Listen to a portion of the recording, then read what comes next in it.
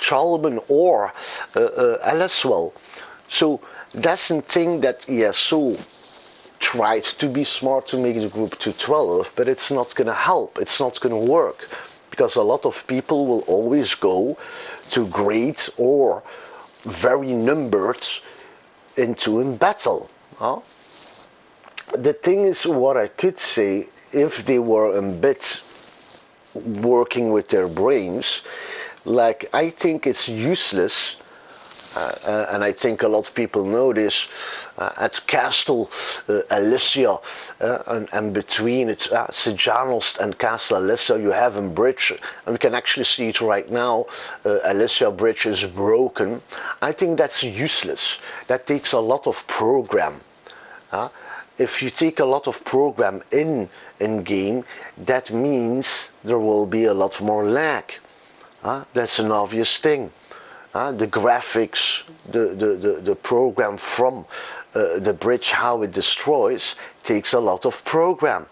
So if they don't break the bridge, let's say that it's not able to break the bridge anymore, that's already a small step to the solution. You have the same thing here between nickel and ash. You can see it also here, of course, beautiful. The ash mill gate is broken. I think that's also a useless thing. Those things, if they put it away, could actually help to stop or closer to avoid the lag. The thing is also like the hammer, and I know, I say it of course with a lot of respect, the hammer isn't fun thing to play in ESO, but I think with the hammer as well, it will bring more lag. Those are really the problems that we need to look professional into it to get those problems away. I think if you're going to ask to the community from ESO if we put the hammer away and there will not be a lag, a lot of people in the community will agree, will say yes, you can get rid of the hammer as long as there is no lag. Another thing that I also saw, to be honest, Warchiefclub members and everyone, in the game, also like in PvP, and I know I love the view, I love the graphics into the game, to be fair, but if you look about it, there is a lot of trees and rocks in PvP. Also unnecessary CPUs, let's say like walls. I think they should get rid of it. Now, like the trees and the rocks, we will not overreact with this. It could help in a little bit, like in small baby step. But the thing is, let's say they have 10,000 trees and rocks into PvP. Get 5,000 rocks or trees out of it. That could maybe help again a little bit for the lag. Now, the lag also, the input lag is also in the BGs, to be fair. So that's also a thing that I have been through. So even in Battlegrounds, you need to think about it. In Battleground are 3 groups. 3 groups from 4 players that are fighting against each other. And even there is sometimes an input delay. So still the skills are not working correctly. You need to click a bit more to 3 to 6 times before the skill is coming. So those are a big problem in an MMO game. What I always say as a professional gamer, I think if they listen to the community, and I think all people as in gamers like to play the game smoothly.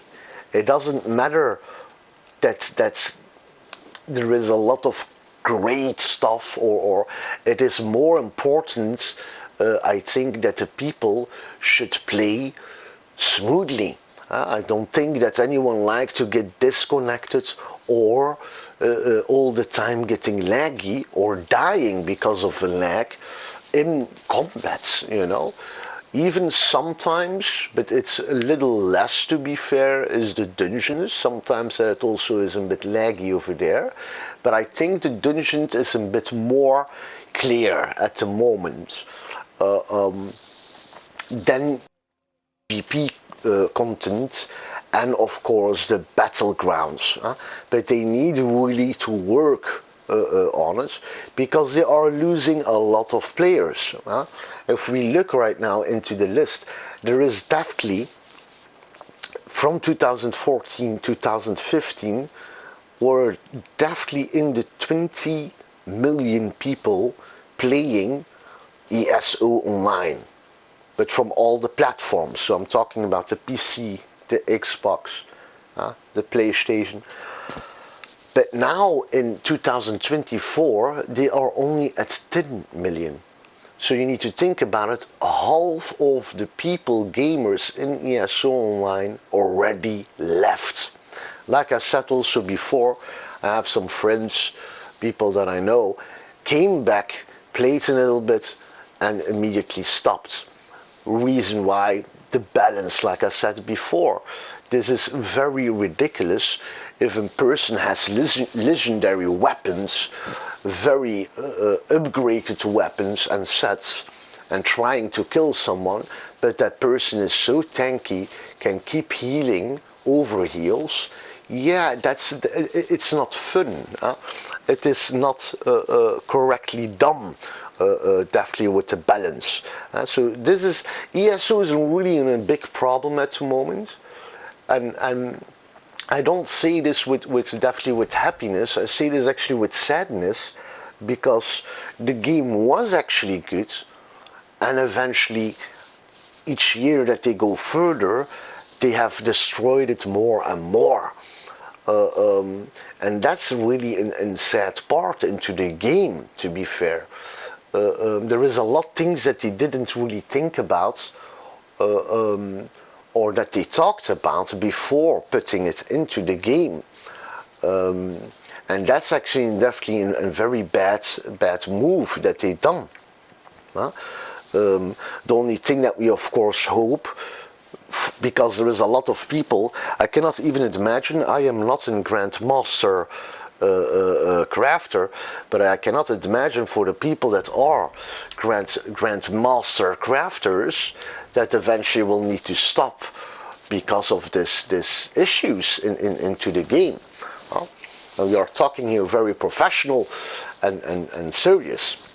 Also, a thing that I want to say, and it's nothing wrong that I want to say, but the thing is also making 3 alliances will not be in fair combat. And I think a lot of people already know this, because 3 alliances, what will happen, 2 alliances will actually work a bit together to get the strongest alliance a bit down. In this case, the ED is a very powerful alliances, and the blues and the reds work together in this case. Because you can, of course, if you look right now to the map, you can see it very beautiful. Here, Chalban Keep is blue. The reds are not even taking it. And this happens a lot of time with the blues and the reds, that they let each other taking castles to keep the pressure actually against the AD. But to be fair, what I always say, to be honest, that makes only the AD a bit more stronger. But this is not the issue that we're going to talk about.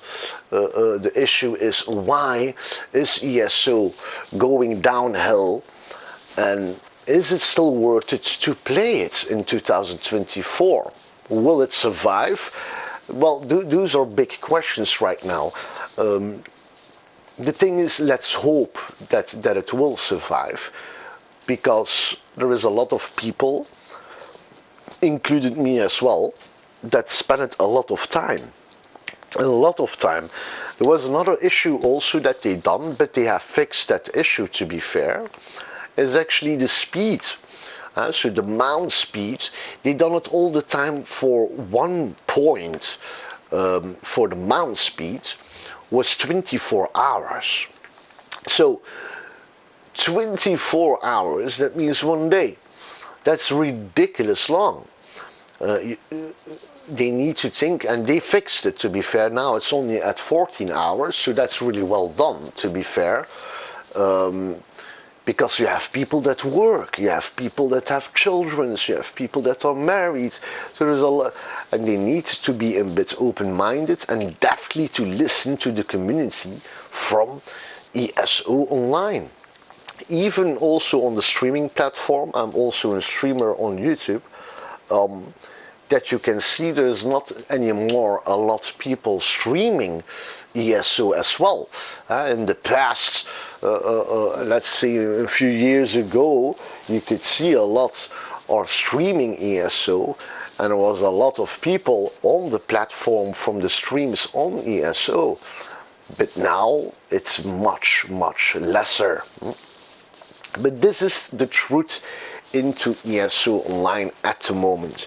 So what can they do trying to fix it? Like I said before, what the solutions were for the PvP that could maybe, I'm not going to say 100%, but could maybe help for in small baby steps to the right direction included. But we could only hope for the best and that it goes correctly. And good, of course, you know. If the game keeps going like this, I will be honest to you, everyone, I will give it maximum, if they are lucky, a good 5 years or even 10 years that they will really have low, and I'm seriously talking low players. An MMO game will always exist, but the difference is how many people will play it. An MMO game with less than a million players on all the platforms is very very bad. I played also in the past World of Warcraft for 12 years. The difference in World of Warcraft, they listen to the game community. ESO Online, sadly enough, are not listening, are not waking up at the moment. So they are actually standing on the cliff to fall down or to fix it immediately. Now, thank you so much for being here. It was definitely a good talk about the game, what is wrong, what is going on in ESO Online. Maybe for some people that do not know. Now, do I still play ESO? Yes, because I'm a guild master, I have a lot of responsibility. But the difference that I could say, I'm not that excited like in the past. So that's the difference. In the past was like, yes, let's go online, you cannot wait to get online on ESO Online. Now it's the difference. The name is Warchief 55.